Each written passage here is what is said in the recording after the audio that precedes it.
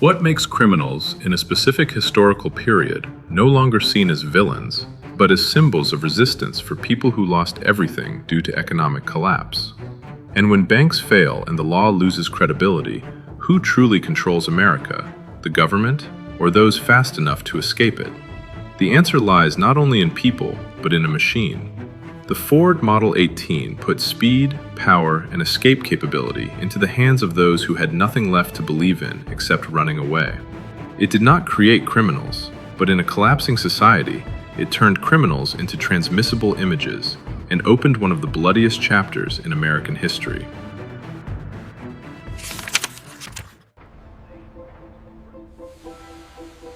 In the early 1930s, America entered the Great Depression, one of the darkest periods in modern history. Millions lost jobs. Banks closed overnight. Symbols once representing stability and order suddenly became fragile. Faith in government and the financial system eroded day by day. In that context, the law still existed, but its authority did not. It was in this era of instability that the Ford Model 18 appeared, carrying a technical revolution society was not mentally prepared to face. This was the car equipped with the flathead V8 engine, the first produced at a price accessible to the working class. Speed, power, and long-distance capability, once privileges of the wealthy, were now available to anyone who could afford a Ford. Technically, it was a triumph of industry, but socially, it was a quiet disruption of order. Behind this revolution stood Henry Ford, the man who not only changed how America produced cars, but how society moved. Ford's philosophy was clear: technology must serve the masses. He did not care what the car would be used for. In Ford's world, morality lay in the user, not the machine. But history shows, when technology advances faster than the law, the consequences are never neutral. The Ford Model 18 was not luxurious, not safe, not refined, but it was faster than most. Police cars of the era, durable on America's crumbling roads during the crisis, easy to repair, easy to replace, and especially easy to vanish after each escape. In a society where people felt trapped, this car represented a rare possibility to run. At the same time, American journalism entered the era of sensationalism. News was sold through emotion, not balance. Stories of bank robberies, cross-state chases, and high-speed cars became the public's mental sustenance. To many poor people, criminals were no longer simply villains. They were seen as those daring to defy a system that had lost trust. The Ford V8, though not mentioned in headlines as a main character, began appearing repeatedly in those stories, like an invisible accomplice. The car became a symbol of uncontrolled movement, of speed beyond local authorities' reach.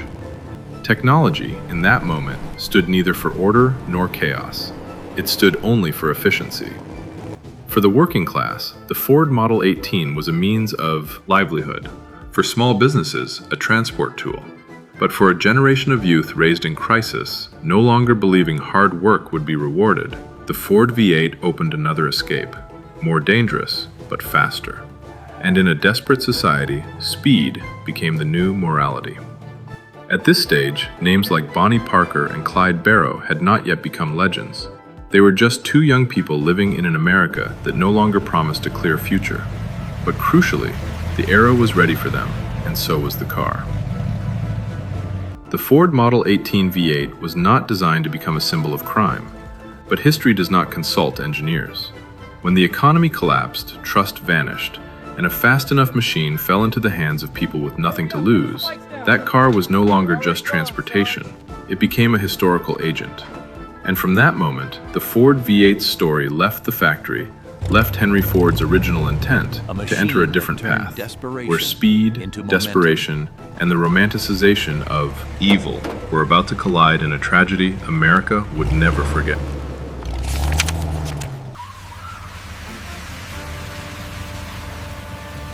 If part one is the story of a society collapsing in trust, this part reveals the material cause. Not ideology, not morality, but engineering. The Ford Model 18 was not created to serve criminals, but its technical choices inadvertently shifted the balance entirely between fugitives and pursuers. The Ford Model 18 was produced on a massive industrial assembly line, the direct legacy of the production revolution Henry Ford initiated. The goal was not refinement or luxury. The goal was volume, fast, cheap. That philosophy made the Model 18 ubiquitous on American roads in a short time, from cities to rural areas, from the industrial north to the impoverished south. The heart of the car was the flathead V8 engine, an unprecedented breakthrough in the early 1930s. Before that, V8 engines were privileges of expensive luxury cars. Ford was the first to bring the V8 to the mass market. This held not only technical meaning, but social significance. Power had been democratized. Flathead V8 was not sophisticated, but durable. It could run long distances continuously, tolerate poor quality fuel, and especially be repaired in any garage. For those living outside the law, this was vital. A broken car did not require returning to the dealer. Parts were cheap, available, and quickly replaceable. Every small town could become a supply point. The Model 18's chassis was simple, sturdy, not focused on safety. The steel body was thick, able to withstand rough impacts. Not optimized for passengers, but ideal for high-speed runs on bad roads. In the context of America's Depression-era roads, rough, dusty, poorly maintained, durability mattered more than comfort. The Ford V8 met that exactly.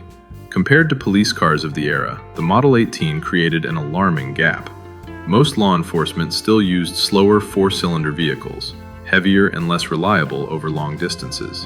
When a Ford V8 accelerated, many police teams simply could not keep up. Cross-state, pursuits became impossible. Technology, in that moment, had outpaced the law's capabilities. This disparity made the Ford Model 18 not just transportation, but a tactical tool. It allowed rapid location changes, crossing state lines before information spread, and turned every chase into a war of attrition where police were almost always disadvantaged. The more common the car, the harder identification became. The Ford V8 blended into the crowd. Notably, Ford did not hide this, but could not control it. Technology was released to the market believing it would serve honest masses, but in a crisis society, any effective tool could be repurposed. The Ford Model 18 did not encourage crime, but it gave criminals an advantage they never had before. Here emerges a historical paradox. The same car, with the same engine and chassis, could haul farm goods to market in the morning and become an escape vehicle after a bank robbery in the afternoon. Morality did not lie in the metal. It lay in the social circumstances placing that metal in whose hands. The Ford Model 18 V8 was thus not only a product of engineering, but of its era. When the economy collapsed, law lagged, and technology was fast enough, the car became an extension of people, amplifying their choices, whether for survival or crime. And from this seemingly neutral technical foundation, the story prepares to enter its bloodiest phase. When a fast enough machine falls into the hands of people ready to cross every boundary, tragedy is no longer a possibility. It is inevitable.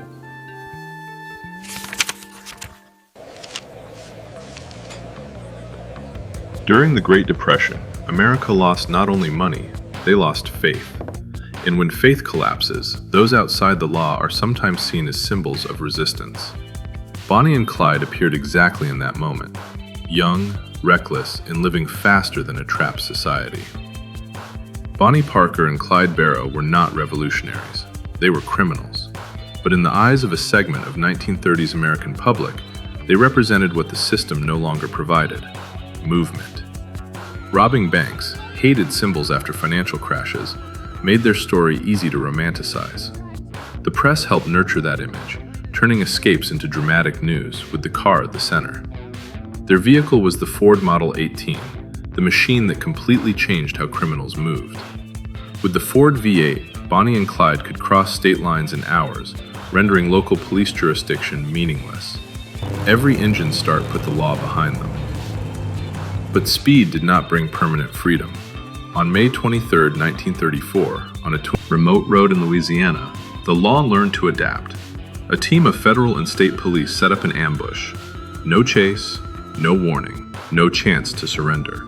When the Ford stopped, gunfire erupted relentlessly. Over 100 bullets pierced the body, glass shattered, steel torn. Human bodies had no defense.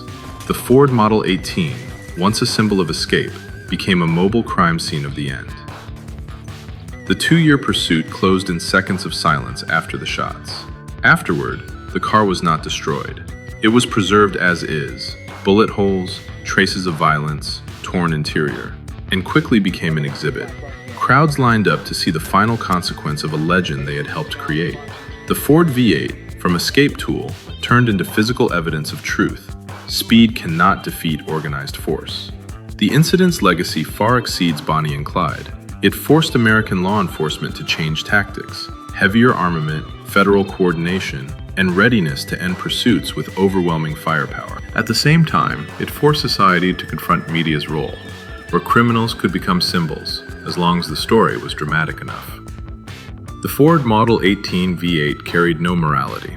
It distinguished neither right nor wrong, but history assigned it an indelible role. That car showed that when technology is democratized in a crisis society, it can amplify every human choice, from survival to destruction. Looking back today at that bullet-riddled Ford V8, what remains is not romance. It is collective memory of an era when evil was cloaked in heroism and speed was mistaken for freedom. The car did not create criminals, but it gave history a form to remember the cost of escaping reality. In the end, the Ford Model 18 was no longer just a car. It became a metallic record of a collapsing era, a machine born to serve the working people, yet dragged by history into a role it was never designed to bear. In the America of the Great Depression, where faith shattered and speed became an escape, that V8 engine amplified every human choice, from fragile hope to irreversible violence. The car had no morality, no consciousness, and bore no guilt. But when technology is placed in the hands of a desperate society, it can become the clearest mirror reflecting what people lack most: security, fairness, and trust. The Ford V8 outran the law, outran judgment, and ultimately outran forgiveness. Today, that car stands still.